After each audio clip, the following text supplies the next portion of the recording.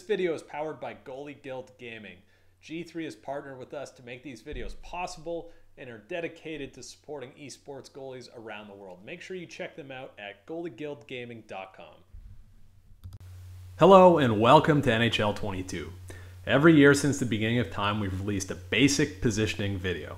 I'm straight up sick of doing that, and I think you guys deserve something new. Playing goalie is a game of constant adjustments, not hard rules on where you have to stand in the crease. We have to focus extremely hard on three things: tracking the puck, reading the play, and making confident decisions. Instead of using a positioning grid, we're going to do a video on each of those three topics to help goalies of all skill levels improve their game. Before we jump into the tips, I'd appreciate it if you did three things for me. Number one, follow my Instagram at ESHLGoalie. We post pad setups and saves every single day, and you can submit clips and setups in my Discord or my Instagram DMs. Number two, join my Discord. If you want constant love and support, this is the place to be. The link is in the description. Number three, if you really love me and you think these shirts are cool, buy one from my Redbubble. All profits go back into supporting the channel. Okay, so tracking the puck is the single most important part of playing goalie. If you lose sight of the puck or fall behind the play, your chances of getting scored on go way up. Here are some tips to help you do this better in NHL 22. So let's get ourselves set up. If you're lazy, here's my hybrid build. Slower speed gives me better control over my smaller left stick movements, while 95 agility allows my goalie to change directions and animate quicker. I will not be using last stand once I unlock post-to-post or butterfly effect. So I'll go more in depth on builds in another video when I have everything unlocked, but for now you can just try this build. I also use stance 14. They don't matter, but if you're lazy and you just want to use what I use, go ahead and try that one out. Before I start rambling off all these tips, I want you to understand one very important thing. This video is intended for training purposes. We will be doing some things in this video, and I'll be suggesting you do some things to help you understand how the game works. But they're not necessarily the best thing to do at the highest level of competition. I'll be sure to point those things out, but just know that some of these things are training exercises. Tip number one, the first thing I want you to do is switch your camera to the low camera. Yes, I said low. Don't panic. This isn't permanent. This is one of those training tools. I don't actually use this camera in competitive play, but I want you to try it out. And I'm going to actually have you use a different camera in our next video. But in order to understand our positioning better, I want you to switch to low so you can learn how to track the puck properly. This camera follows the puck from directly behind our goalie, so it helps us see what angles we have covered and which ones we don't. It completely eliminates our ability to see the whole ice, so it makes us focus exactly on what the puck is doing. Tip number two, make sure you go turn precision default on. 90% of our movement in this game is going to happen with short shuffles, so make sure precision movement is on by default, and it should be already. That's something that's permanent. Tip number three, every time the puck leaves the zone or there's a face-off outside of your zone, reset your goalie to the same spot.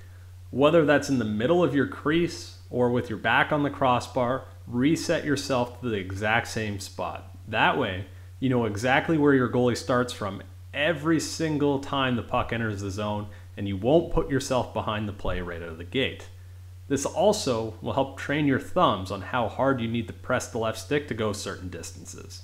Tip number four, as the puck approaches the blue line, square up to the puck at the top of your crease. That's before it crosses the blue line.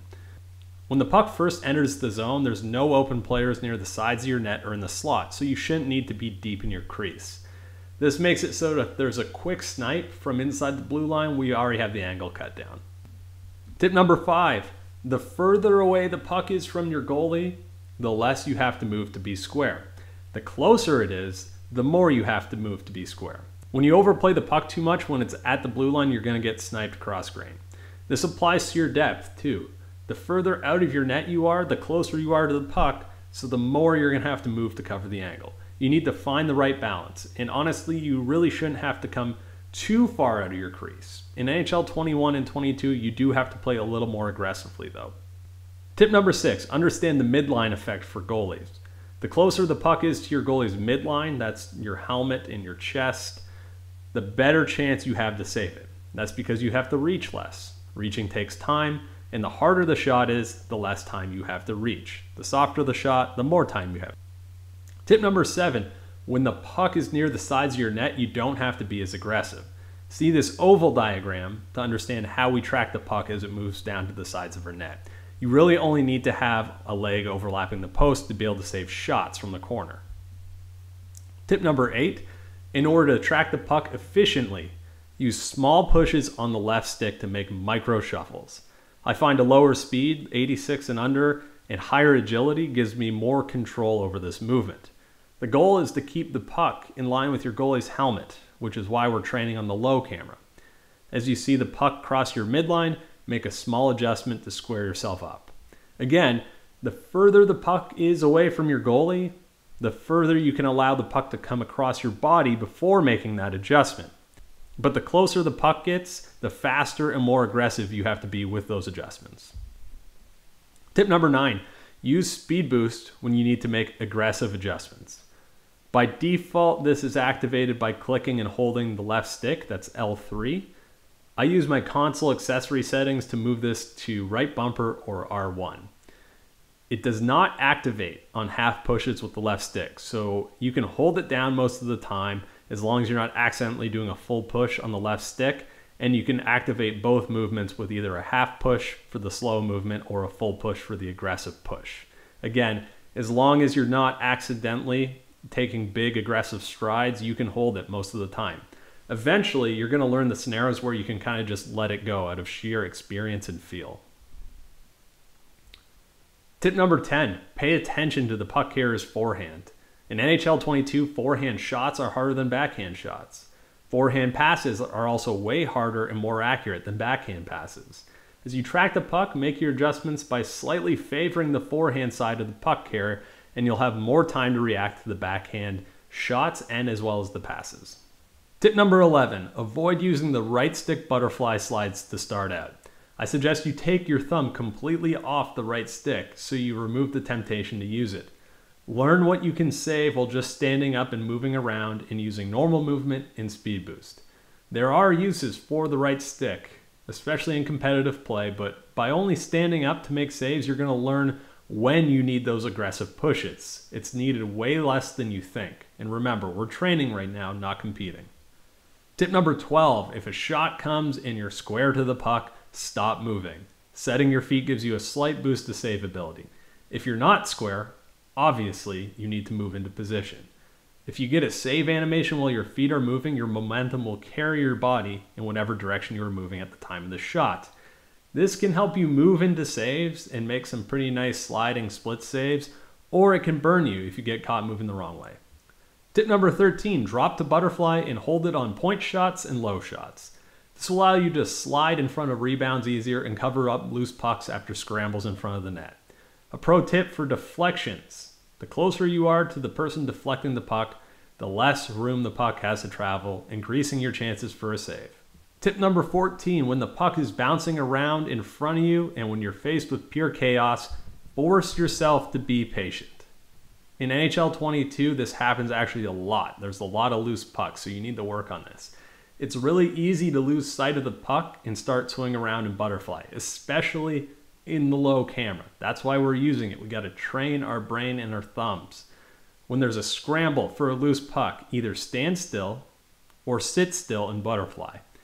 If you're out of position, move back to the center of your net and wait, but don't try to overcompensate. Chances are if you can't see the puck, it's because it's right in front of your goalie model, so you're in position. Wait for it to appear on either side of you before you move. When we use a different camera in the next video, it's going to become really apparent where the puck is in these scrambles, and you're going to understand why we need to stay still. Tip number 15, when the puck goes behind the net, stay centered and stay standing. Normally I'd suggest dropping the butterfly, but right now, for some reason, goalies don't track the puck properly behind the net. Our back faces the puck when we slide left or right, so stay standing until you see a wraparound attempt or a shot attempt. You can drop the butterfly or use the butterfly post hug to make the save if you need to. Okay, those tips should be more than enough to get you started in NHL 22. Remember, again, we're training our brain and our thumbs to learn how NHL 22 works. Come competition time, you should use whatever camera, stance, build, and controls that help you make the most saves. I'm not trying to tell you how to play, I'm trying to tell you how to train. In our next video, we'll be discussing reading the play. I'm going to have you use a different camera in that video to help train your brain to see the game differently. When it comes time to compete in tournaments and leagues, it's about balancing our three focuses: tracking the puck, reading the play, and making confident decisions. We'll piece all of those together at the end of this 3-part series. Thanks for watching, and we'll see you next time.